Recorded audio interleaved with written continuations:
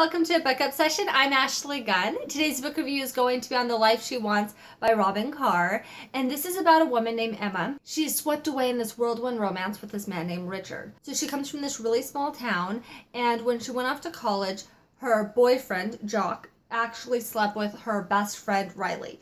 So when you read the descriptions of this book and it says this is about Emma and Riley repairing their relationship, yes, it gets repaired, but I wouldn't consider that the main point of this book. I mean, that's just me.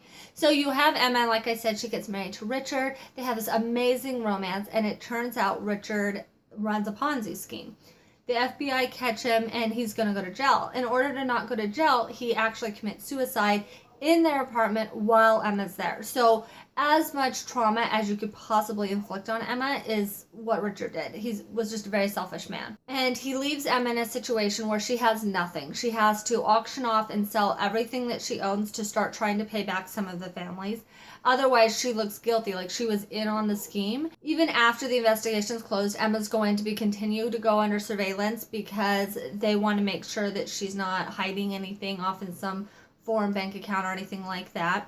And she ends up having to go back to this small hometown where her best friend and her boyfriend cheated on her and try and make a go of it all over again. So when she gets there, nobody trusts her. Everybody is mean, and the only job she can get is at a burger shop. And so she has to work her butt off. And I mean, it is extremely difficult for her. She's basically goes from living in a mansion to paycheck, barely being able to afford the little that she has, and living in like a makeshift old carport that is now an apartment. So it's not very big, it's not very cute.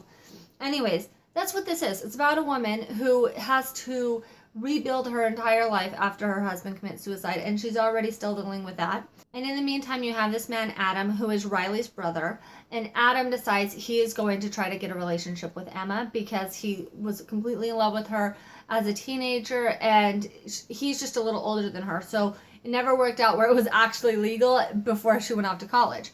So anyways, now he's going to have a relationship with her, and that is what causes Riley and Emma's relationship to start getting healed. Adam suggests that Emma gets a job with Riley. Riley owns her own company where they clean houses and stuff like that, and it pays well. Right now, Emma's having a really hard time making ends meet, and so she actually goes to work with Riley.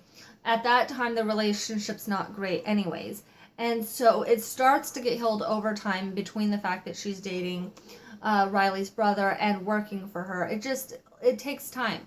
In the meantime, you do have an entire separate book, essentially, that's interwoven with this, which is Riley's story.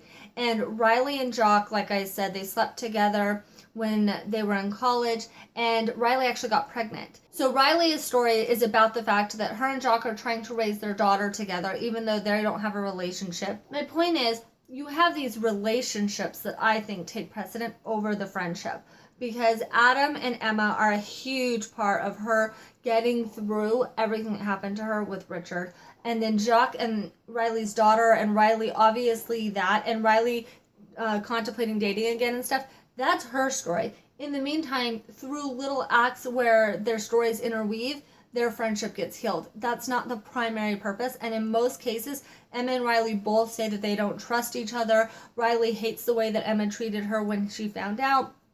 So there's a lot of animosity there, and it's just not as simple as Emma moving back to town and them trying to fix something that's broken. Anyways, if you like this video, go ahead and like it. If you have any questions, comments, go and put those down below. And if you want my reviews every week, subscribe. Thank you all for joining me. I will see you again soon.